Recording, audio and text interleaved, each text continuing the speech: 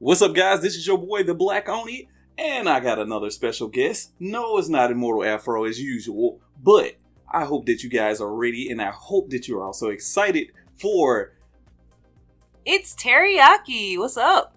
Alright, for those who know, this is my wife, but she's also a YouTuber, a upcoming YouTuber. But before we get started on all of that, I want to say that today I am going to be doing something different where I also let you guys know it's called BitChute. It's another multimedia service that I will be actually putting my content on first. And then I'll be putting my content on YouTube. So if you see that you get content a little bit later now, it's basically because of that. Just basically because of the freedom, and I don't have to worry about what is said, like the F word or whatever. And I don't have to be worrying about being demonetized. It's more freedom. So if you want to try out that or hit me up on there, it's called BitChute. I will have that on the screen that you guys will be able to see. But let's go ahead and get into it. Miss Teriyaki, how are you doing today?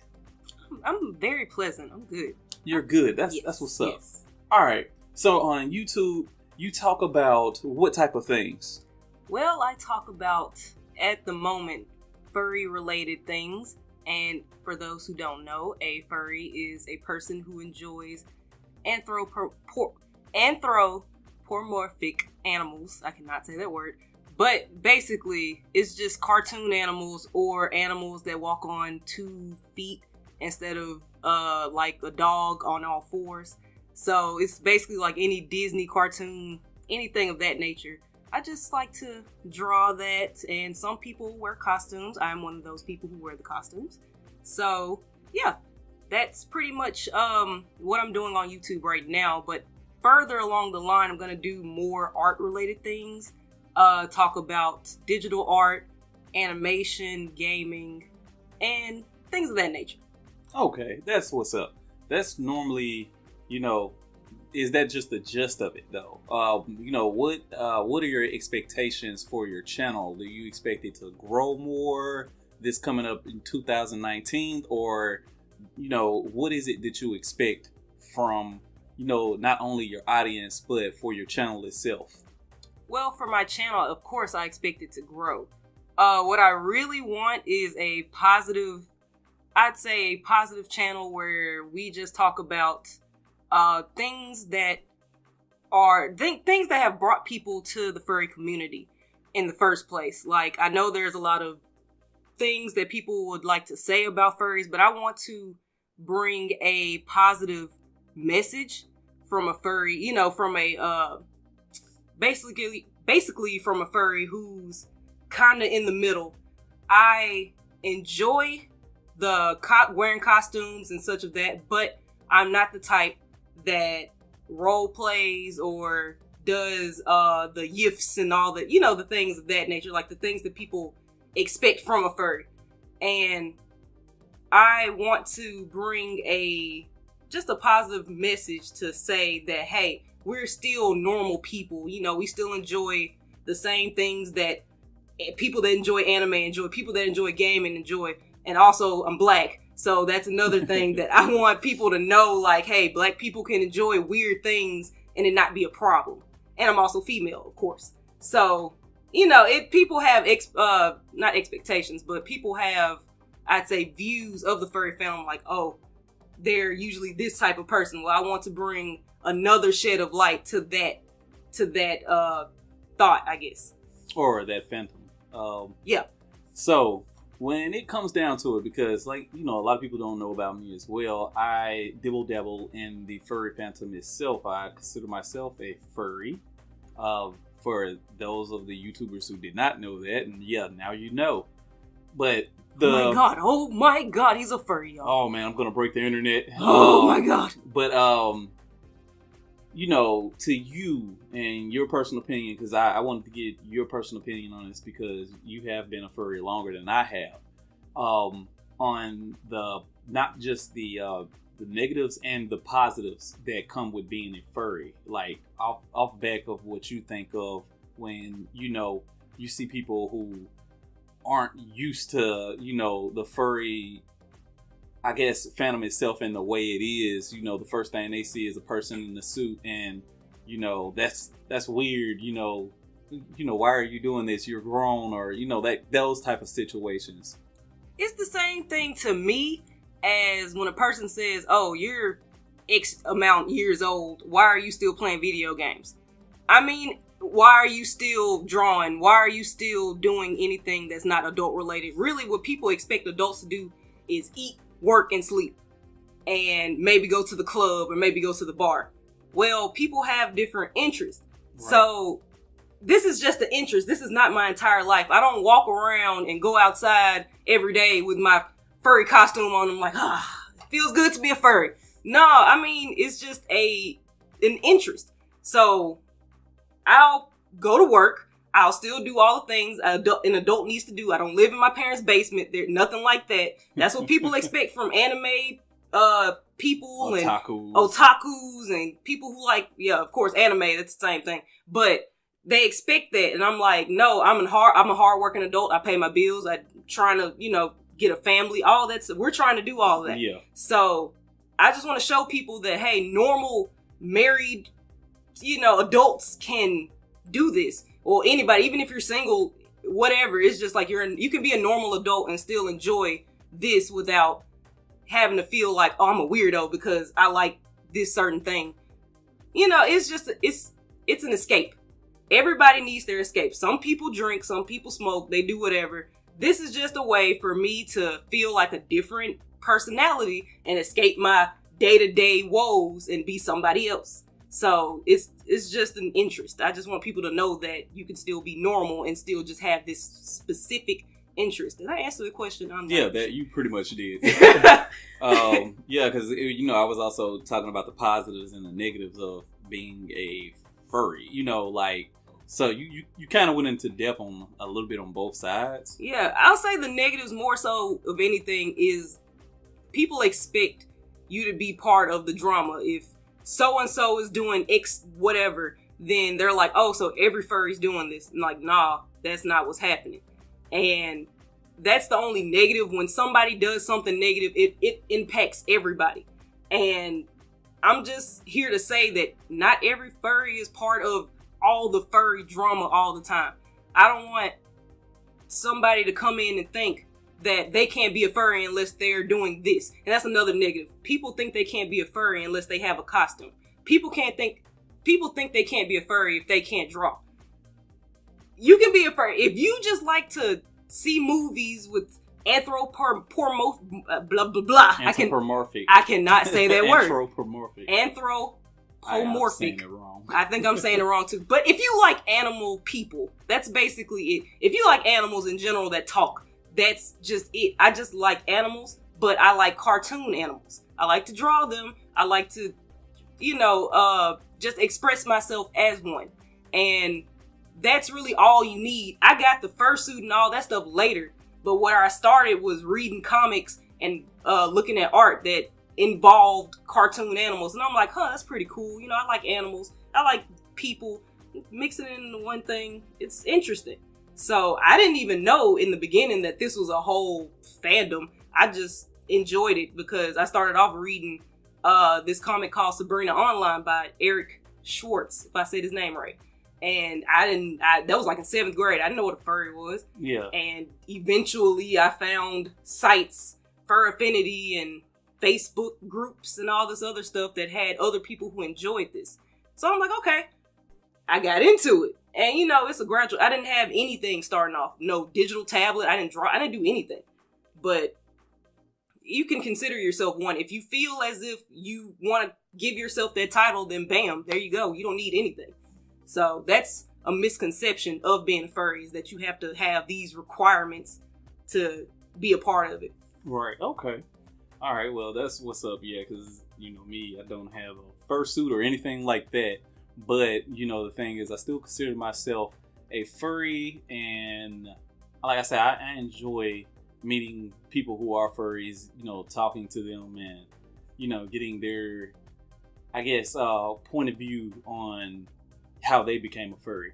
But like another thing, furry politics, is that a thing? You know? Yes. And I try to stay away from it because there are a lot of groups, and I'm not going to say I know all of them. I probably know of one that I'm not going to even mention, but they're, like, when you say politics, do you mean like different groups? Like, yeah, different groups. I know it was a thing going on a while back where, you know, they were calling some people, like, if you weren't this, you were a furry Nazi, that type of thing as well. At this point in time, if you do anything somebody doesn't like, you're a furry Nazi. You say something somebody doesn't like, you're a Nazi. So I try to stay away from the politics because it's just like, if you disagree or agree on a certain controversial topic. Right. I mean, yeah, if you disagree on a certain controversial topic, then you're a Nazi. That's, from what I've seen, it's like the word Nazi has been just thrown around so much that it's muddied. Like, it doesn't even, it's just like any negative person who doesn't like X thing is a Nazi. And I tell people to just stray away from posting opinions about those topics online because it will land you in trouble. So if you don't want people to know your personal opinions, don't. It's just like being a celebrity. You can't say anything in the furry fandom. If you're a certain popularity, it will tear you down if you say something that somebody does not like or agree with. So it's best to just keep your personal opinions on certain things to yourself. Yeah, that makes sense. Okay. All right. With that being said, and how everything is going, I like I said before, you already said that you stay away from those subjects. Well, what if? Because my whole entire thing is, it tends to happen more and more these days where people will ask you your opinion on that. So what do you normally do? Like, just plead the fifth and not say anything about it, or just like say, yo, give it then and worry about what they might say later? Like, what is it with that, It depends on what it is. If it's something talking about something really controversial, let me think of like abortion or something. I'm gonna go just out there talking about abortion. Like, what are your feelings on abortion? I don't feel comfortable talking about that online. If we were in person, that might be something different. But if we're on the internet, people take what you say and zoom into it like 30 times and basically put words in my mouth. Yeah. So if I were to say, I'm not going to say that I'm for abortion or something, but if I said I'm for abortion, people would minimize that or just zoom into it and be like, oh, so you're for killing babies. Oh, so you're for this, that, and the other. And I'm like, no, that's not what I said. All I said was I'm for abortion. Did I say why or why not? No. Right. I just made a statement. Exactly. But, it's with anything, posting anything online, people will take that and magnify it. Yeah, I remember me and Mortal Afro actually talking about, how things are becoming more sensitive, or not just things, but people are becoming more sensitive to those factors and how they affect everything that is done around, what we do in our modern lives, and how it's actually affecting a lot of people who just, say, okay, those are just words. Let me do what I need to do. Instead of just like being like a duck and having those words like water come off your feathers, they just let it stick. But besides that, going back to your YouTube channel, like I said, you talk about I'm gonna just say cartoon animals. Cartoon animals, because I'm gonna get tongue tied saying that. And like the other things around the furry community as well. Like, what else is there? Like, because I've seen your videos, of course I've seen your videos on your husband, but my whole entire thing is, what is it that you think people like about you so much on your YouTube channel? Well, hopefully they like me for my personality. I will say I try to, as a furry content creator, I want to bring other things to the table other than just furry related news or furry related topics. Yes, I'm going to go into furry related topics, but I also want to bring, like I said, my interest in cartoons and my interest in gaming and my interest in drawing. I want to bring all of that. So it's not just so one-sided, you know. I don't want to just be that person who just talks about furries all the time. Right. But when I get to the point of creating more content, hopefully I want people to stay for my interest, and hopefully they take my interest and look into them themselves. Okay. So, yeah. Okay, that makes sense. Yeah. That makes a lot of sense. Of course, that bomb intro, you know, by M Trilogy. Just saying.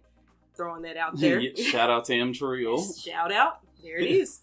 But the one of many things that I've seen lately with female gamers, and you know, you're different when it comes to that, where you know you really go in there and dissect it, and you're not just sitting there playing a game not knowing what the heck it is. You're more there for already knowing the info on it because you've either played it before, and you're not there to get the views off of, you know, your titties, you know, like just being realistic on it. Yeah. So it's just like, you know, you're throwing out educational facts or some type of facts about the video game that you've either played in your past or something that, you know, you're playing now, in which, you know, others could most likely say, hey, I want to try this game out. I want to enjoy this game. You know, I have to give you props for that, because you could have did that and just was like, I'm going to have my boobies out. And, you know, like, you know, me being your husband, I do appreciate that. But, you know, it signifies that, you know, women have class even on, you know, multimedia like YouTube and streaming content. So, like I said, I'm going to put an applause in here, but I'm also going to add a clap. Woo! You know, that's one thing that I do appreciate with strong women. To add to that, I mean, I don't knock the people who do use their assets to get more followers, because honestly, if you're following a YouTuber just because they got titties, then damn, you're gonna be following a bunch of YouTubers. But just for the titties, and I mean, I grew up average, so I never was like just the finest person in the classroom and all that stuff. You know, now of course I'm sexy, but anyway, that's what's up. You know, I want people to watch my videos to be educated and not just to be thirsty. So of course I got a husband, you know, got you. So I can't be just out there flaunting my goodies because I don't want somebody to try to track me and follow me home. So that makes perfect sense. Yeah, it's just, you know, as a content creator, I feel like there's a responsibility. If you want to get on YouTube just to make money, and you like, well, I got these double D titties, I'm about to put them out there and get my money. Okay, kudos, you know, you got that. But for other people who, I feel like there's a responsibility for, as you need to decide from the beginning, okay, am I on here just to make money, or am I on here to brand myself as a professional, or am I on here just to have fun?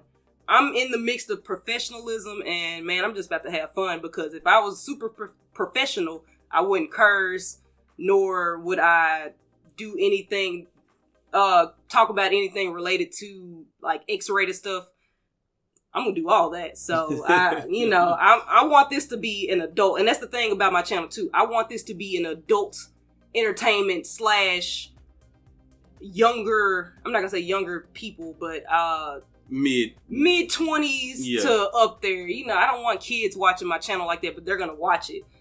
Kids watch Markiplier. He still cusses his ass off. You know, that's just gonna be part of the process. Just like Family Guy, it's an adult show, but kids still watch it. Exactly. So I want my channel to be aimed more towards young adults that are 18 to 20 and up, because I'm gonna throw my curse words. I'm gonna say some things, and I don't want to give off the message that, hey, this is E for everybody. Nah, I'm gonna tell you right now, it ain't. So, and that's another thing I think about in my channel, as far as a furry channel that is a little different. Right. Should be a little different. It's gonna just be whatever. You know, I'm not gonna brand it just for kids and up. It's gonna be for adults and up. And if kids watch it, hey, I can't stop it. Yeah.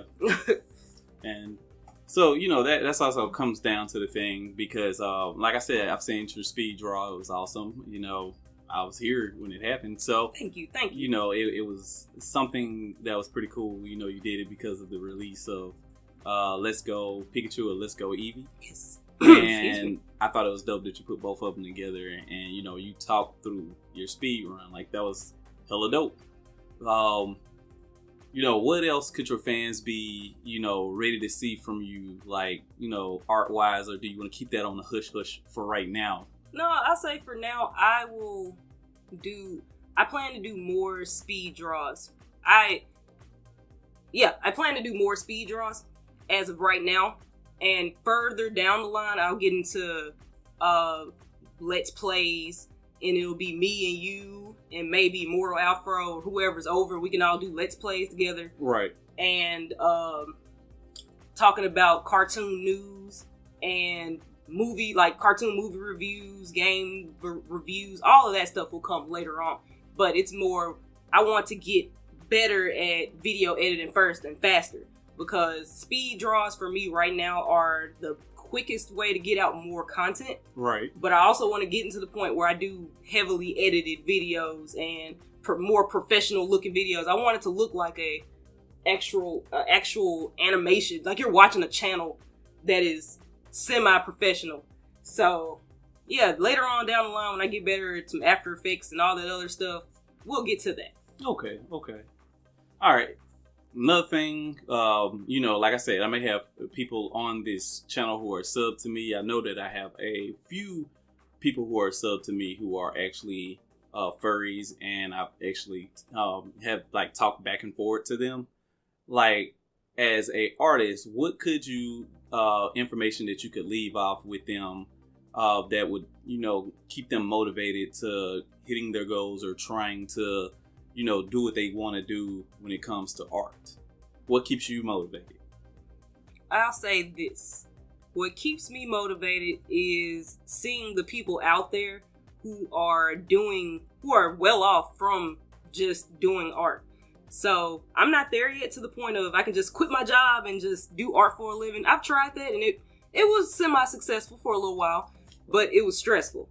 And I think it's always going to be stressful, but it motivates me to get to a point where I can live happily, maybe have a part-time job on the side and do art mainly for a living and sell at conventions. I see all these artists selling at artist alleys and anime cons and furry cons, and it's just like, you're well off from doing that. And also I'm watching these animated movies, Disney movies, all of this stuff. People have jobs in this. This is a professional job that you can have. Right. And seeing these people get paid to do what they love keeps me motivated. So I'll say to any pursuing artist out there, just keep doing what you like. If you like to watch Lion King on repeat 30 times, do that. But then if you want to draw it, you got to pause it and pick a scene and just try to draw it. And you need to practice every day, because if you do not practice every day or study every day, you're going to lose your talent.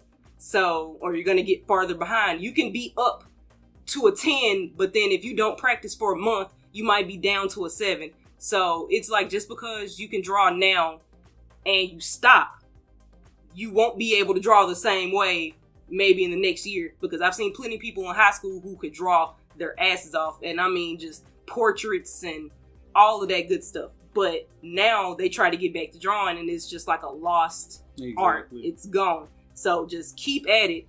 There is like a rule that says when you practice for 10,000 hours, then you will be a professional at what you do. So anything that you want to pick up, practice it for 10,000 hours. And it sounds like a lot, but if you break it down, I think that's like every day for a year or something like that. Tell me if I'm wrong. But you can look all that up. Just practice every day. You will be there. I promise you. Because at first, I was the person who couldn't draw a stick figure. But I saw all these people on DeviantArt and all these other sites. And I'm like, man, I'm going to get there. You keep telling yourself, you got to be like an anime character. Like, I'm going to get there. I'm going to be the greatest Pokemon master out there. Whatever. You got to tell yourself whatever so you can keep going.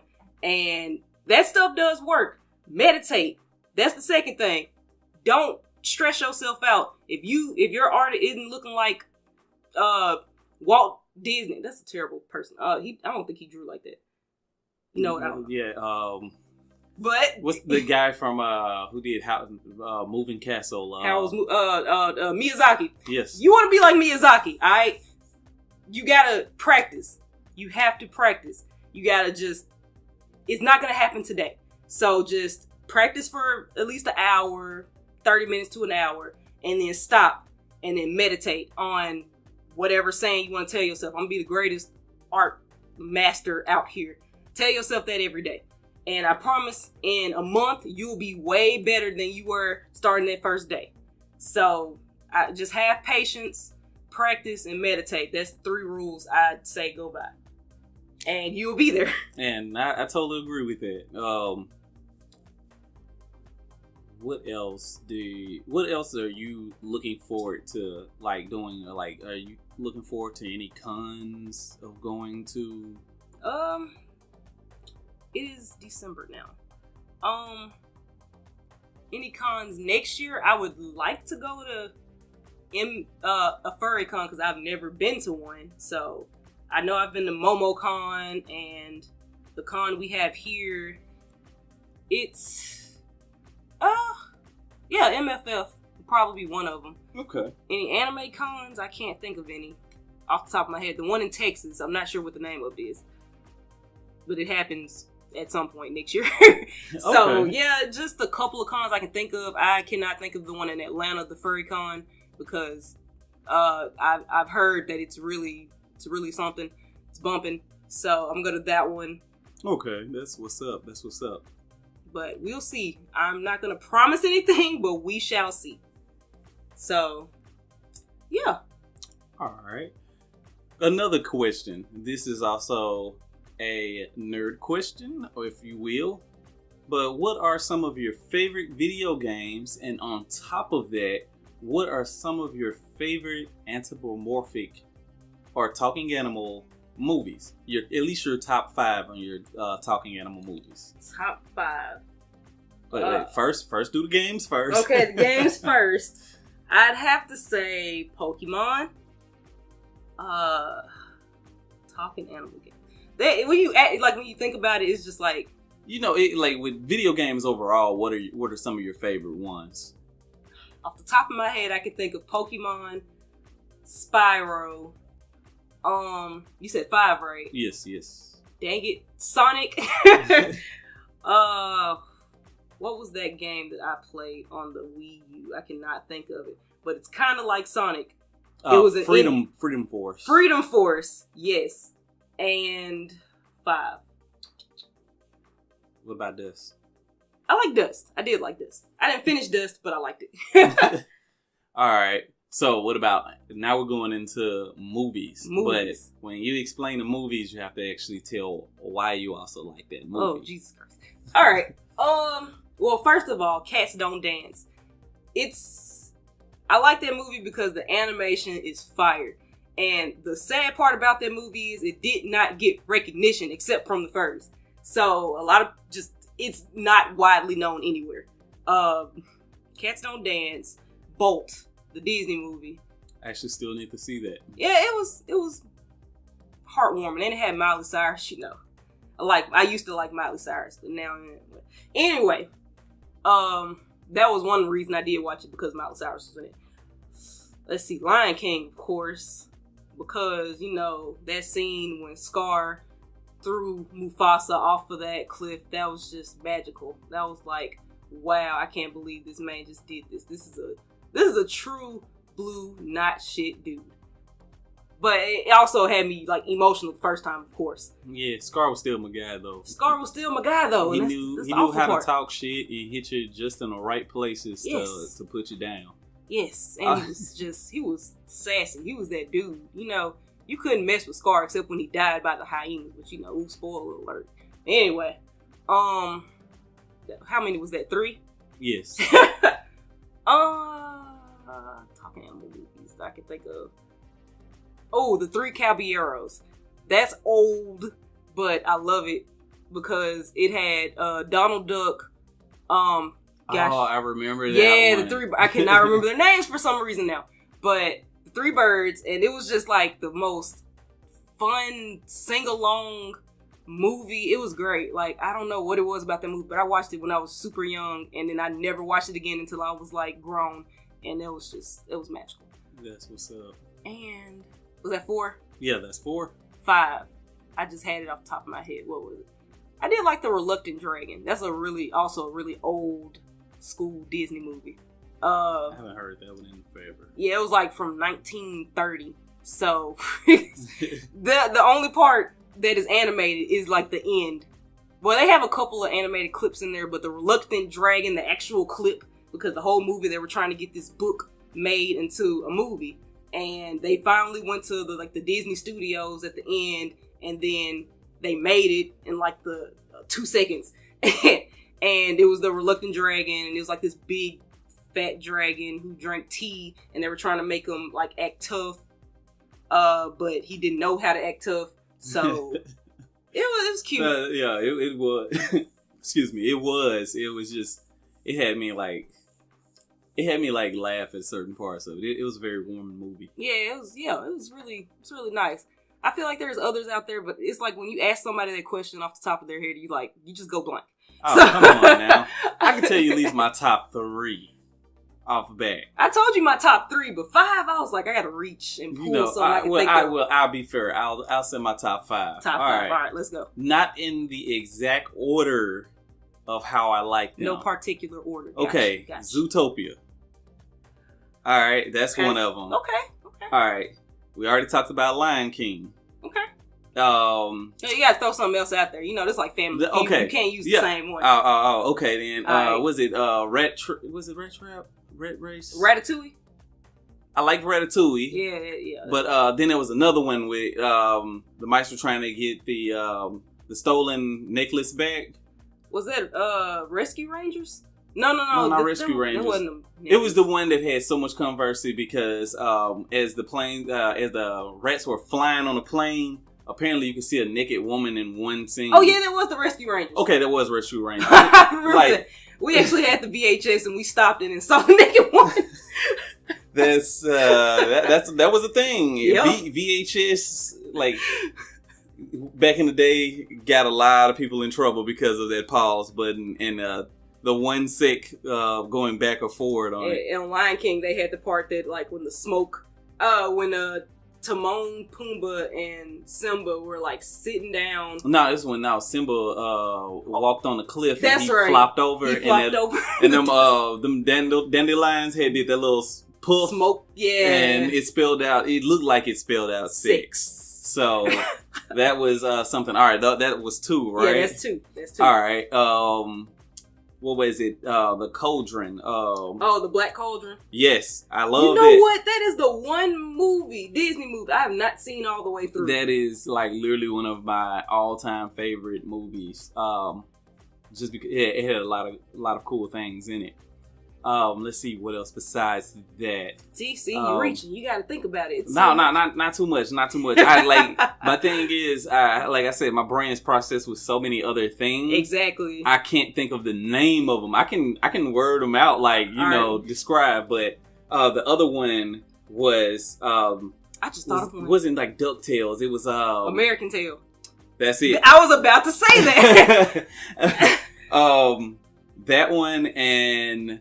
No, wait, hold on. Whoa, you can't just say American Tail. You gotta say which American Tail.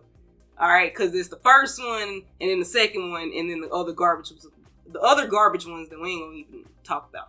So, did you like American Tail, the first one, which came out in like the 70s or 80s or something, or the second one, which was Fightful Goes West? The first one. Hold on, whoa.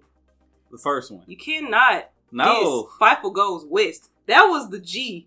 Oh no, I'm talking. It was the grand. It was, but you got to think though. At the time, that was the only movie where, well, a lot of movies at that time where the second movies went harder than the first movie. It did. Like to these days, we don't have it where it's like, the first movie was still a little bit better. We still tend to do that. So I'll say the only recent sequel animated that I think was harder than the first movie was Shrek. Shrek 2 went hard. I don't give a damn what nobody say. And especially the part with the fairy godmother singing, I need a hero. Alright, I'm on 4. Alright, I'm on 4. Alright, go on 4. Alright. Actually, I got like 7. But Jesus. Alright. All Dogs Go to Heaven. Okay. Land Before Time. Oh, whoa, you can't just the one with the little girl. We don't. Oh, yeah. I know it gets everybody in their feels today, but it was still one of my favorite movies of all time when it came out. Okay. And the one with the 2 dogs kiss with the eating the noodles. I mean, the spaghetti. Oh, Lady and the Tramp. Yes. I did like Lady and the Tramp. Lady and the Tramp was GOAT. All right. Yeah, I did like that. I don't care what anybody said. Ladies and the Tramp was GOAT. They're making a live action version. I'm not watching that. But it's still nice, though. You know, it's nice. Somebody will watch it. But yeah, the main reason why I actually enjoyed, those videos and those movies, because not only I grew up with them, but some of them, like when it comes to, I guess, anthropomorphic videos, anthropomorphic videos. It always has like a value on it. Like with Zootopia, it was just like, don't judge a person because of the past of their ancestors. Right. It was really deep, and I think is, not just being a furry, but also being black, it takes the responsibility of, hey, I have to, I need to, not be upset about something that had nothing to do with me. Like that's where it all comes down to.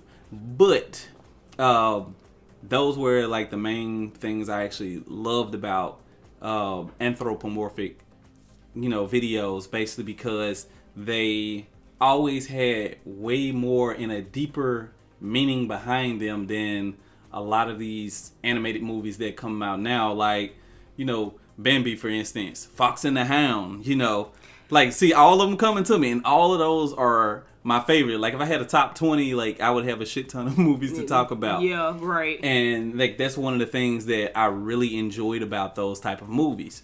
But this is about you, all right? This podcast today is about you. No, we can talk about each other. I enjoyed that segment. I felt a little emotional. Gosh. But so like, besides your YouTube channel and besides, you doing art, are there other things business-wise that you want to do? I already know one of them with the whole t-shirt thing, but, yes. What are other things that you're trying to elevate in? Well, good question. We both, I'm going to include you in this. We both plan on selling at conventions. Yeah. That is that on my top tier list. That is the one thing I want to do, because I know I've suffered. I'm not going to say suffer. I have general anxiety, people anxiety. So I want to get to the point where I can go to these conventions and interact with multiple different people who enjoy the same thing I enjoy. And I know that to some people that sounds like, that should be basic. No, I'm not really used to talking about my interest a lot, because nobody where we live generally has these same interests. I'll say a small percentage, very small. But to sell at conventions, to sell t-shirts, that is another thing we're working on right now. Buttons, like the little pin buttons that you put on backpacks and purses. Let's see, posters, that's a main one.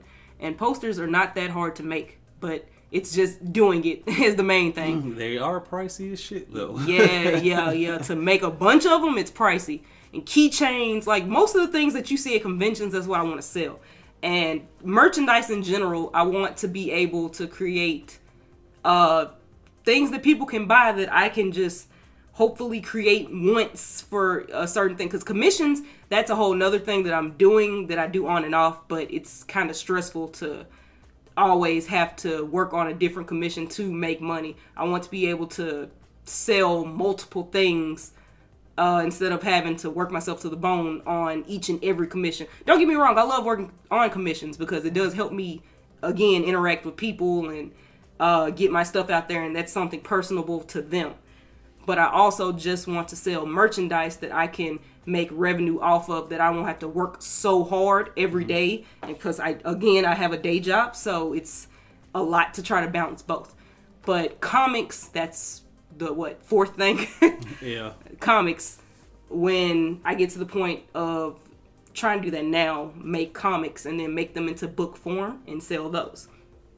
So hopefully at some point hopefully soon, me and my friend Immortal Afro, I know he's out there listening somewhere, we've created a story and I'm trying to get that comic out, but I've been stressed out with work. So that's not an excuse. That's just something I got to get myself back working on. Word. Yeah. So that's about it for now. Okay. Well, we are also running pretty close to the deadline. But are there any closing words of not only positivity, but, enlightenment for the listeners out there today or tomorrow or the next day that you would like to leave them with? I'll leave you all with this. Do not feel as if being different is a terrible thing, because I struggled with that my entire life. I felt like because I like things that are outside of the norm, that I am weird, that something's wrong with me, that I need to try to assimilate myself into the regular community. Don't feel as if you have to do that. Express yourself and do what you love to do with no apologies. Don't be apologetic for what you enjoy. And that's something I'm still working on. But that is the strongest thing you can do for yourself, because when you do what you like to do without apology, then you'll become twice as strong at doing what you want to do. So, if you like to do art, and whatever art you enjoy doing, do it. Don't feel like you have to draw tattoos or draw portraits, because, of course, I'm an artist. That's the first thing people ask me. Hey, do you draw portraits? Hey, do you draw tattoos? No, I don't. And people are like, how you make money? I do what I do. Don't worry about it, man. But it's like, just live your life unapologetically and don't feel bad for enjoying things that the general public doesn't enjoy. You live your life once, YOLO. So do what you got to do for yourself. Okay, that's what's up. And I guess as an add-on to that, like I said, there's no such thing, honestly, as just being truly weird. It's just that you do it different. So I just want you guys to actually think on that and continue of making yourselves, better. That's all I ask from you guys. I love you so much. I hope that you guys actually enjoyed this video. If you did, give me a good old thumbs up. I will make sure Wifey is back on here for some more videos, if you guys don't mind. And also, if you're new to my channel and you would also like to hear more or check out my content, I will be having it posted down below where you can hit that sub button. Your subs are truly appreciated. The more people I have on here and the more people who actually enjoy the things that I do, and it puts a smile on your face, or maybe someone it'll put a smile on their face, send them that share. This is your boy, the Black Oni, and Itsteriyaki. Out in 3, 2, 1.